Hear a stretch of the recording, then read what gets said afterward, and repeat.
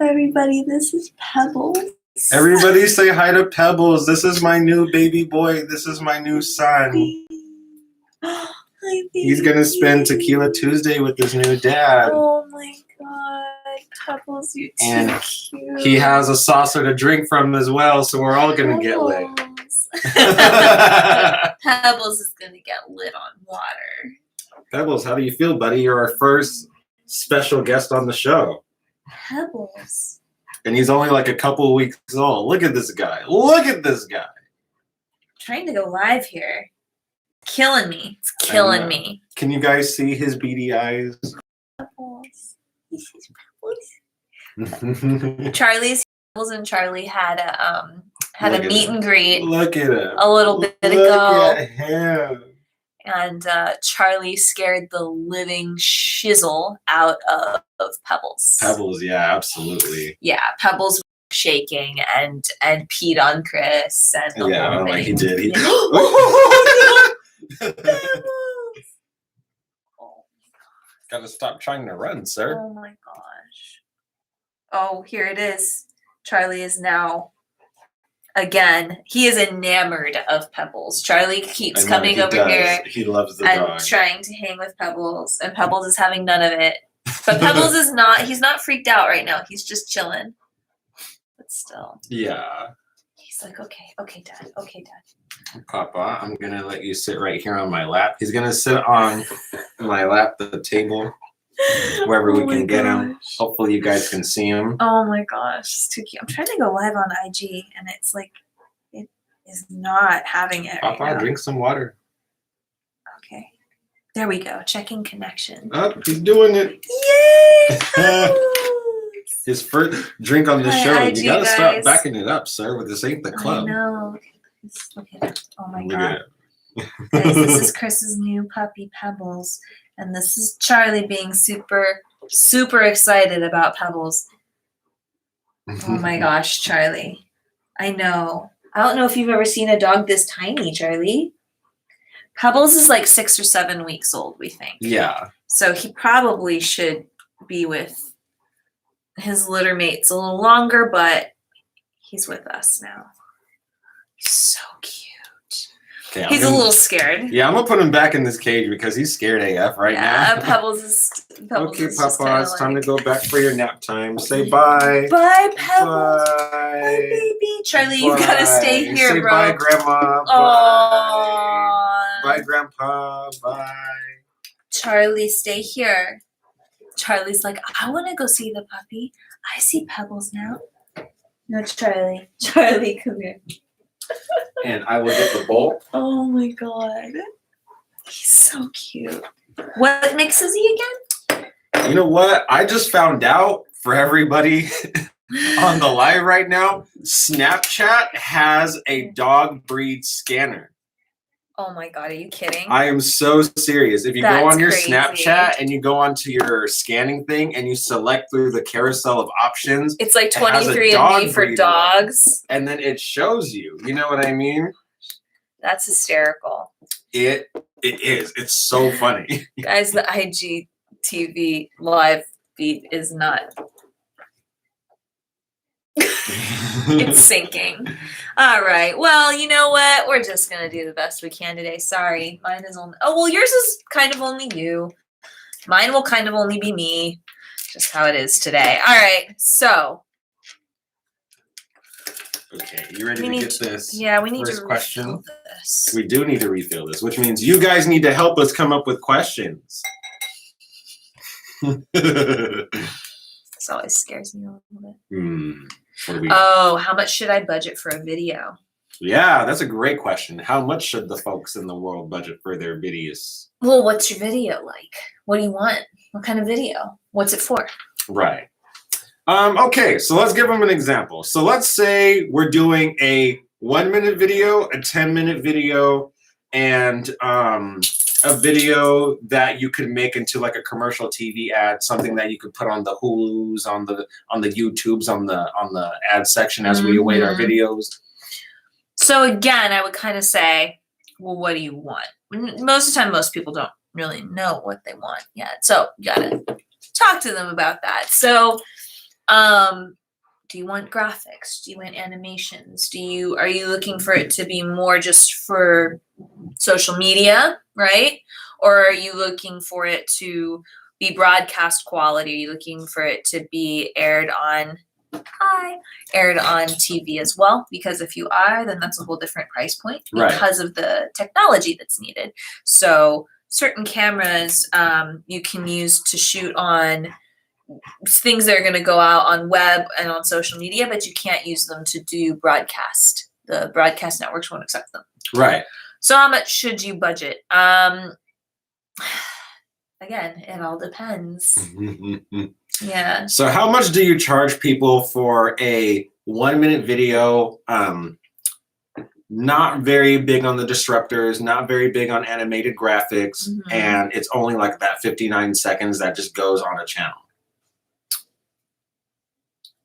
Again, it's kind of hard. So it would depend. So if there kind of isn't a reason to pay anybody to come out to shoot for you for a 1 minute video without B-roll. Yeah. Right? Because it's really just you sitting in front of a camera for a minute. You could do that on your iPhone. And most shooters, the way the industry works is we do half rates or we do day rates. Now, I've slimmed that model down so that we actually do hourly rates. So we come out and we can do 1 hour for you. And usually what I do is I include anywhere from 6 to 12 videos within that time frame. Right. And what's included in the rate, the way that I do it, is I also include the editing. So it becomes a package deal for people. It's really good if you want it for Instagram or for YouTube. So like any type of social media videos, because then you're getting kind of a batch of content, and we're only shooting for an hour. Yeah. But I would say that like any decent videographer for a half day rate, which is up to 5 hours, is going to charge at least $200 an hour just for the shooting. So that's why you want to kind of be careful, because a lot of people still go by that old school model. Yeah. And they will only come out for half a day, right? And even if they're only there for 2 hours, you still have to pay them their half day rate. So it kind of behooves you to go with someone like us, where we're going to go ahead and come in for an hour. We're also going to edit it. We're going to charge you in one solid chunk, right? Yeah. And then from there, so you get edited for you like 6 to 10 pieces usually. Sometimes it can be 12, sometimes it could be 8, but it's somewhere in that ratio. And then for that, you're going to be paying far less than a day rate, because you're only, even than a half day rate, because you're only paying for the hour plus the editing time. I will say for people to be careful though, because a lot of people are they get blown away by the amount that we charge to edit. And they're like, well, it's really just cleaning it up, right? The truth is that for each minute of edited video, you're usually looking at 3 hours of editing. For sure. At least. That's without like animating graphics. That's a lot of the time, that's even without B-roll. The cleaning up of it is pretty difficult. Also, in cases where like we're going to come out and batch content for you, it's really up to you as the client and the person on video to be really aware of your talking points and be really fluid at doing that already, because the more fluid you can get at it, the faster it's going to go and the more content you're going to get. If you're stopping and starting a lot, or if you're stumbling a lot, we have to construct it so that the shoot goes in such a way that we can edit that all together, and you don't have to do it in one solid take, and that just takes a lot more time. So yeah, that's kind of, I would say, all right, if I had to say how much you should budget for a video, yeah, I would say that like you probably want to start at around 1,000. That used to be insanely cheap, but now with the advent of modern technology, shooting with DSLR cameras, right? Or mirrorless cameras, and also with the advent of social media, it's doable if you're doing like an hour, right? Like an hour-long shoot. But you kind of have to find a company that will do that for you and won't just charge for a half day rate. I would say that if you're talking about something like a spot, right? Like a 30-second. By the way, commercials are sold in 30-second time slots. Anything longer is an infomercial. So 30-second time slot. I would say, if you're actually looking for like an edited broadcast commercial, you usually want to start at $10,000. That's about the starting point, to get the media management dialed in, to get all of the camera people that you need, but all of the tech that you need on the cameras together. It's usually going to be a multicam shoot. So yeah, I would say that that's a pretty decent. That's actually a very, very inexpensive starting point for something like a spot. And anything that you put on Hulu or Netflix or something would be considered a broadcast spot. Yeah. They're still going to ask for that level of technology. So you're probably looking at starting at least 10,000 for something like that. Yeah, for sure. I've definitely looked into things about like how to get stuff on like YouTube and on like if you make like Vimeos, or like if you guys have seen on like your social media how they have the stories, all the video ads in the stories. Even those video ad slots cost like $9,000. You know what I mean? So I think this is an important lesson for everybody to understand that if your video is going to be pushed out for marketing and it's not going to live and sit on social media, and you really want it to like go far and people to like really see that ad or something, then you should probably not expect a whole amount of leads, number one, because certain videos are made to like generate funnels, but certain videos are not. You know what I mean? Number two, you should expect it to be upwards of $10,000. You know what I mean? Because these channels are super expensive to be on. It's like, for them, it's super competitive pricing. How much did you just say?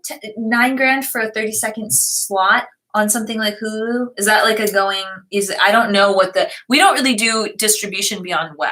So we do web distribution for sure. We can negotiate all that for you. We can figure that out, post things for you. But I don't know what going rates are for. I mean, I know like the Super Bowl spots are. It was a couple years ago. It was up to $5.5 million for 30 seconds. Yeah, for sure. It was like that stuff. Yeah, but like and you know what? Hulu updated their prices since I last saw. This was about like a year ago. Okay, so it's higher now. Yeah, for like a 15-second slot, because they have those like ad 1 of 4s. So like a 15-second slot for one ad in a series of 4 in like a 16 ad slot. Thing on a 30-minute video, it was like $9,000 at the cheapest. It was like $90.50.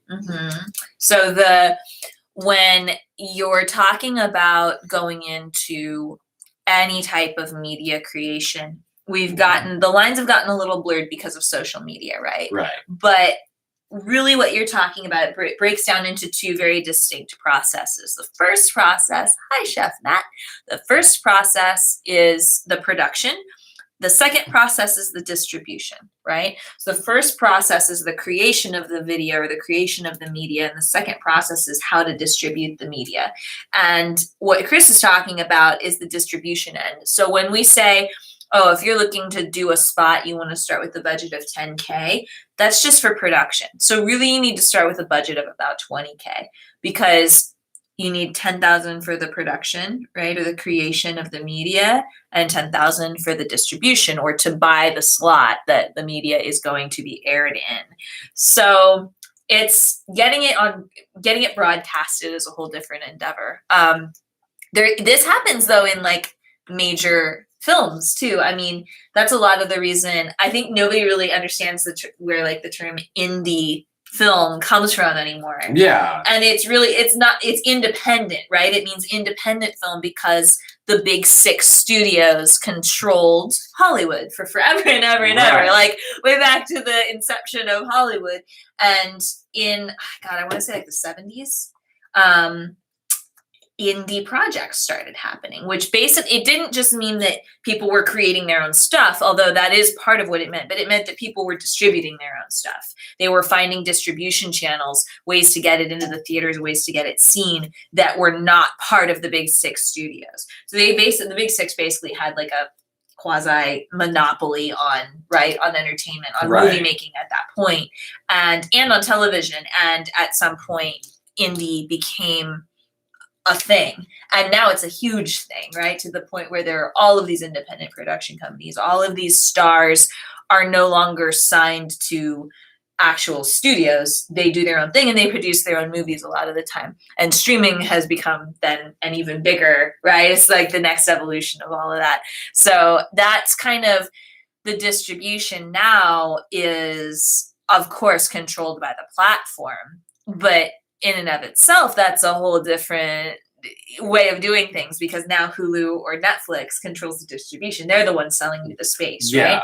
So it's a lot to process. But as far as social media goes, I would say that a good place to start is 1,000. Most places are not going to do it for 1,000. Most places are going to charge you more than that. For us, we can go below the 1,000. We usually do that when you're on retainer. Yeah. But we'll also do one-off blocks of content. So we do monthly retainers as a company, and we have quite a few clients on that. That's kind of our bread and butter.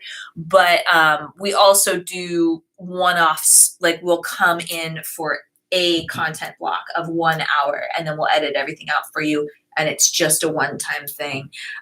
Usually ends up being a little bit more than just the, if you were to come in on retainer, it's easier for us, honestly. It's easier because we know the brand, we know what you like, we know how to edit it, and it goes faster at some point. So it does end up being a little bit less over the life of the contract. But we can totally come in and do a block of content for you. So yeah, and I think one of the points that you brought up is that if you have somebody doing video and social media on retainer, it is cheaper in the long run because it gets faster in the long run. You know what I mean? We're experiencing that right now with our interns. Well, your interns. Chris is the one doing all the footwork on this, but we're experiencing that right now, right? Where we're thinking about kind of moving things around because we want to streamline the work. And also, they are interns, right? They're here to learn. So get them, like, when they're all at the point where they're all kind of caught up on the same thing, get them to the point where, like, they're able to advance in that particular niche that they're getting really good at. Yeah. So they're really focusing on that. But that's kind of what happens with people in general. So when you're on a retainer, as we're creating the content, we have, like the clients that have been with me for like 3 years, right? Like almost through the life of the business, like that stuff is just like Anchor Collection, Cheryl Brazier at Anchor Collection, like that. The branding is like ingrained in my being. You know what I mean? Like, sure. Like I see like verbiage that's like slightly off, and I'm like, no. Like it could be written by her, it could be written by me, it could be written by Chris, like her associate. But like we're just like, I'm like, oh yeah, no, that doesn't feel right. And so things like that. It's almost like the brand takes on a life of its own, and you become such and you become such an expert at that over time, that you spot inconsistencies faster, and you're honestly better at, the quality of the work goes up too.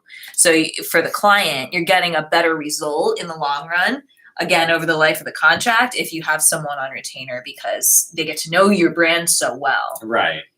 Yeah. And so for anybody thinking about like, oh, well, I don't know if I want to spend this much for social media over a period of 6 months, I should strongly recommend that you think about it, because you know what? The longer that you spend, the faster the process is, the more they understand, the more data I have available, the more we could suggest campaign options for you, the more we could test things and see what works and what doesn't, versus having somebody cycle in and out at your convenience every time you have some funds available. You know what I mean?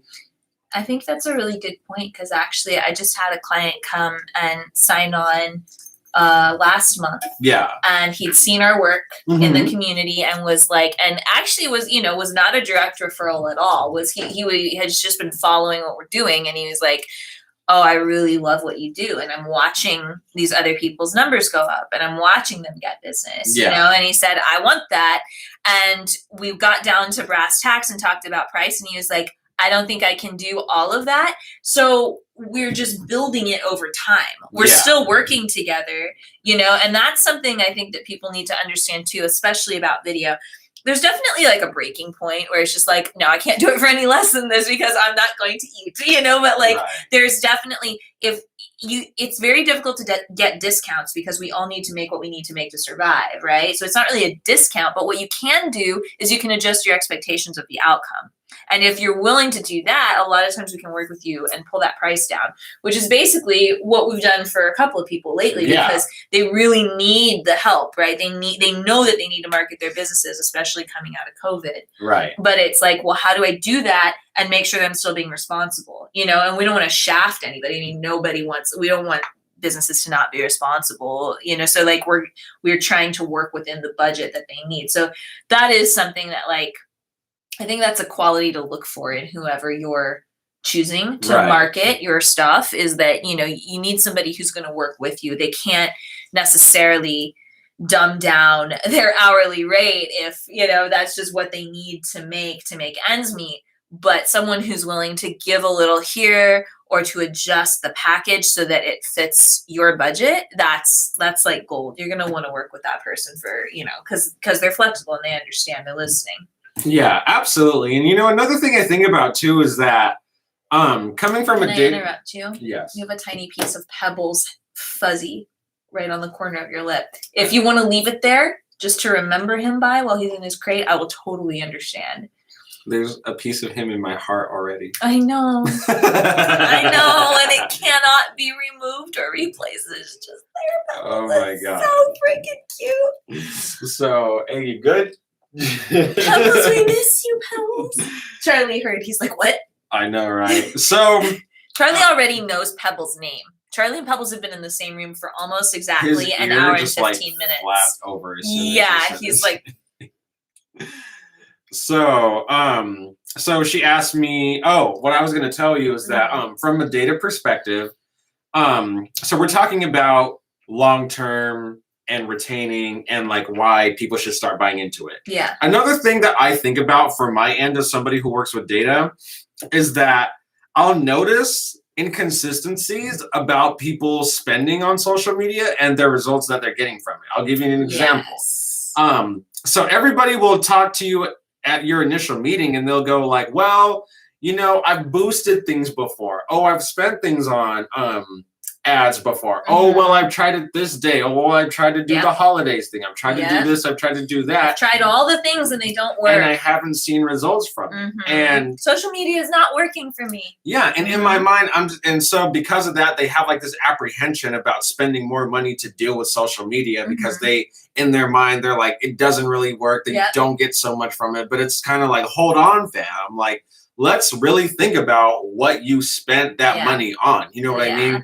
Did you spend it on a text post or did you spend it on a video post? Did you put all this money for links to be made or did you just have like a shout out?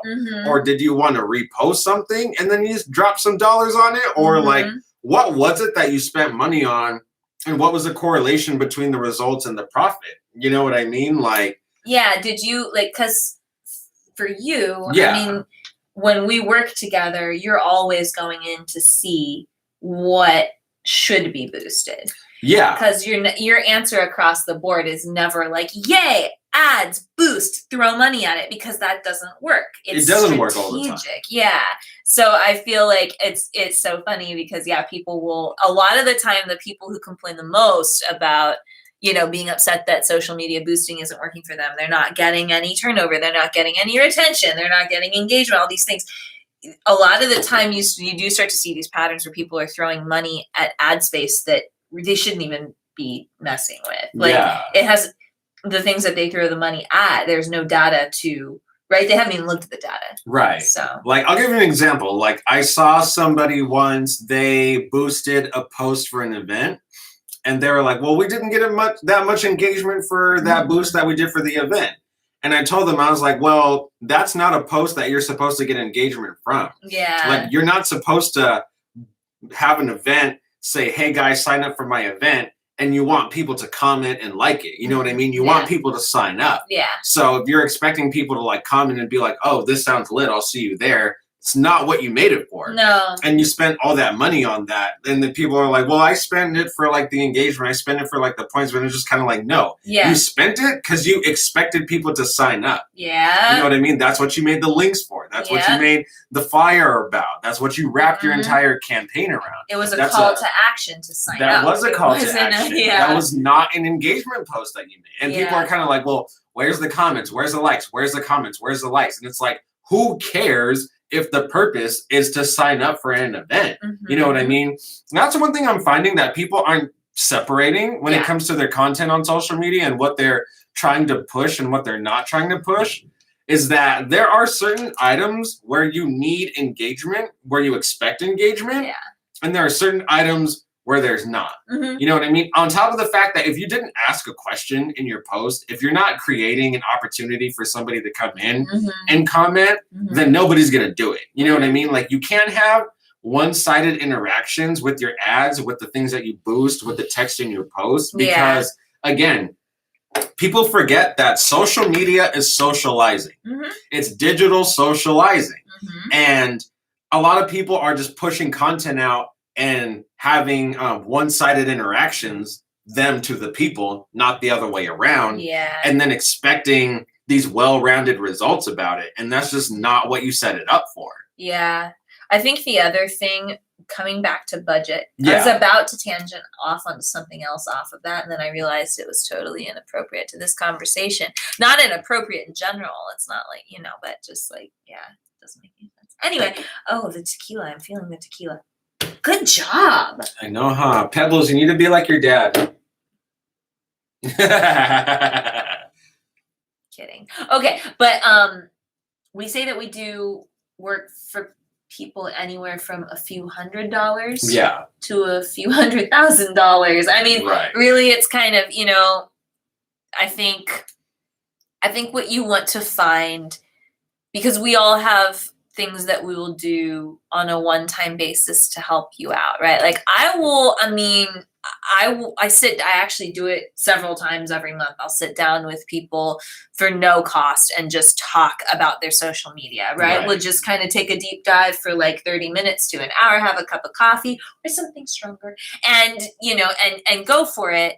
And Chris will do like a data review for a very, very reasonable price per channel, right? And it's like, oh, you want to talk about Instagram? Let's talk about Instagram.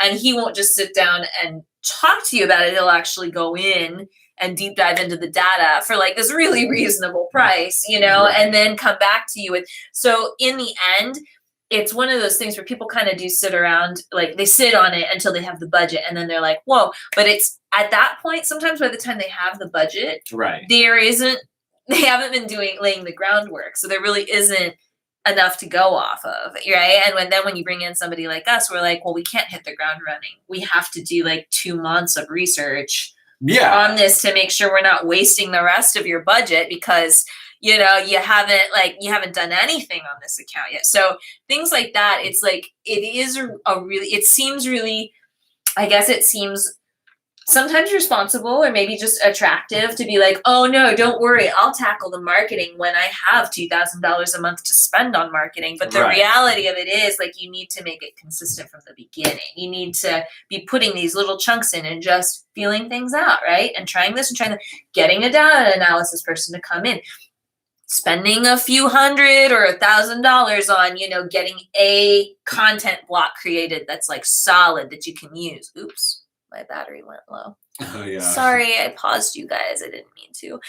But you just, you know, things like that, like, it's worth it over time, because then once you do have the money to really put into a solid marketing plan that is like a little bit more of an initiative, then we have something to work with.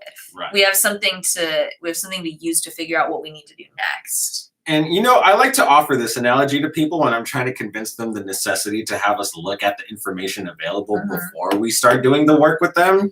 Is like, when you think about remodeling a house, you don't just bring somebody in and be like, look at this house. You see some shit? I see some house shit that needs to happen here. I see some lack of shit over here. Yeah, like, you do house shit. Do some house shit for me. You know what I mean? Like, that's not what you do. What you do is you say, like, hey, I need to have somebody come in. I need to have the contractors, the electricians, the plumbers. I need to make sure the pipes are good. I need to make sure these walls are stable. I need to make sure the groundwork is available. If there's something that needs to happen before these things need to be lifted or taken out of the walls, I need to come over and make sure a guy comes in and assesses that. You know what I mean? And people don't have that same energy with social media.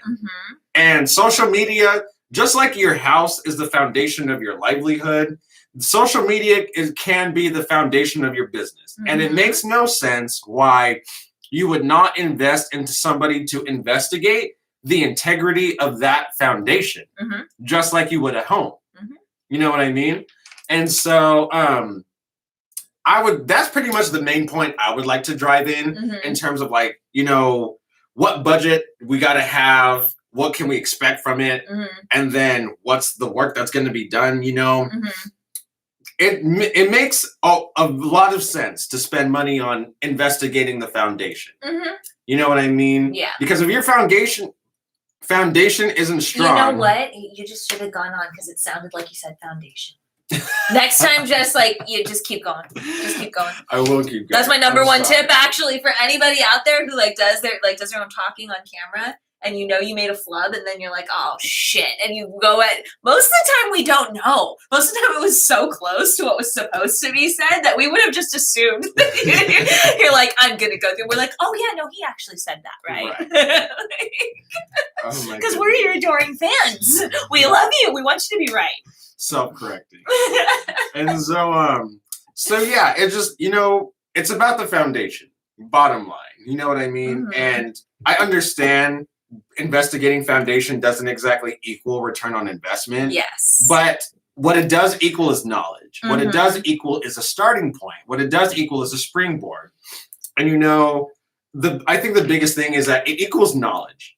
So that way you know what to expect, you know what not to expect, you know what you're getting into, and knowledge dispels fear.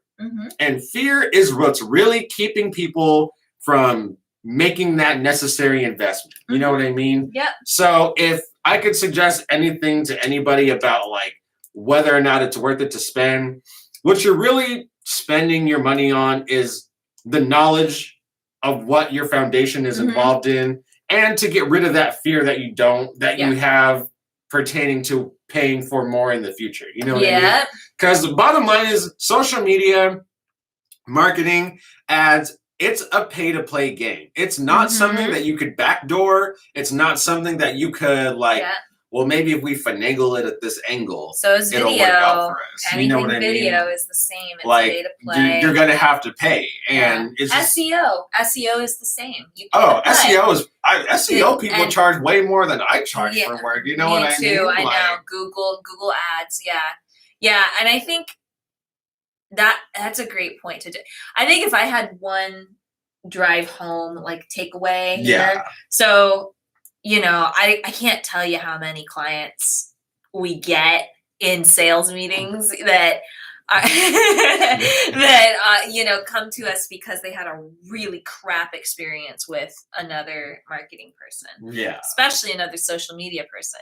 Because a lot of kids think that they can do this coming straight out of college, right? They're like, oh, how hard could it be? I post on my own social media, so of course I can take on clients. And it's just not how it works. And a lot of these people, you know, these young businesses, they need to find someone economical. So they'll go with somebody who promises all of this stuff. They promise to post every day and create all of the photos and all of the videos and all of the graphics and, you know, filter and edit everything. And on top of it, they're going to add all of these hashtags. They're going to do all of the strategy and do all of it for like $500 a month, right? Like they're like, I'm going to spend 40 hours of work a week on your account for $500 a month. And I'm like, oh, okay.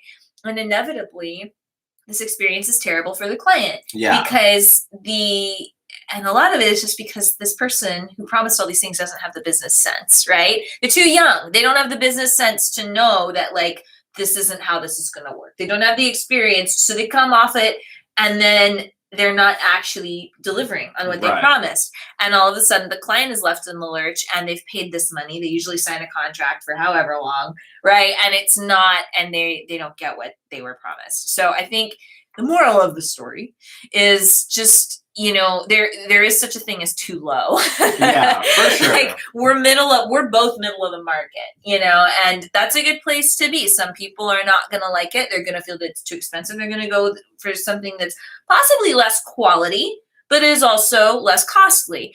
But when you find someone in the middle of the market, you at least know that you're getting, you're getting a fair shake. You're getting the value. And usually when you inhabit the space that we do, you are going to deliver because there's still somewhere to go, right? You have to prove yourself on some level. So I would say just, I might be the cheapest person on the planet. But even coming from me, just be careful and don't go too cheap. Yeah, because you get what you pay for. On some level, yes, but it did argue like $6,000 off my last car. I'm just gonna put that out there. I mean, and it's still the same car. You know what I mean? Like, so you see what I mean, right? Like, you see what I mean? Yeah. Okay. Enough said. So that concludes our episode for tonight. We ran a little bit over, but it's okay. Ooh, yeah. My ears are getting red, though. Look at my ears getting red. They're getting red from the tequila. I get Asian red, guys. There's just some foundation on right now, so you can't see the blossoming on my cheeks. You know what? Let me grab my son so he can say goodbye to everybody. Oh, Charlie, you want to come say goodbye? Charlie's like 100 in dog years. He's chilling. He's just chilling. Hi, Captain Speedwell. Oh, look, he's ready. He's already on the car. He's like, I know where I need my appearance to be made. Oh, his tail is wiggling. Papa, say bye to everybody. Bye, baby. Say bye. His paws are big for his size already. I know, and his claws get like stuck in like everything. I know. All the fabric. Chris has many sweater snags right now because I do have sweater snags, and this is new too. Look at, you're a star. You're on all of these cameras. You were made for it. See, this is how you know he was my son, because he just came he ready. Loves that spotlight. Camera presence, where it be? He's posing. Look at him. He's like, how handsome. He said, I am majestic. You are all haters. How handsome are you, Tiny? He said, not Ngonya. I'm a Githa Baba. It's like, I do not appreciate you calling me Tiny. Oh my goodness. Say bye to all the people on the lives. Oh my god. And bye to all the peoples on the YouTubes and the Facebookers. Say bye, Facebookers. Cutie. Don't let him pee on my laptop. Oh yeah, I'll catch it in my hand. Bye guys. Oh, bye. Bye. Oh my Jesus. Oh my god. Too cute. Too cute.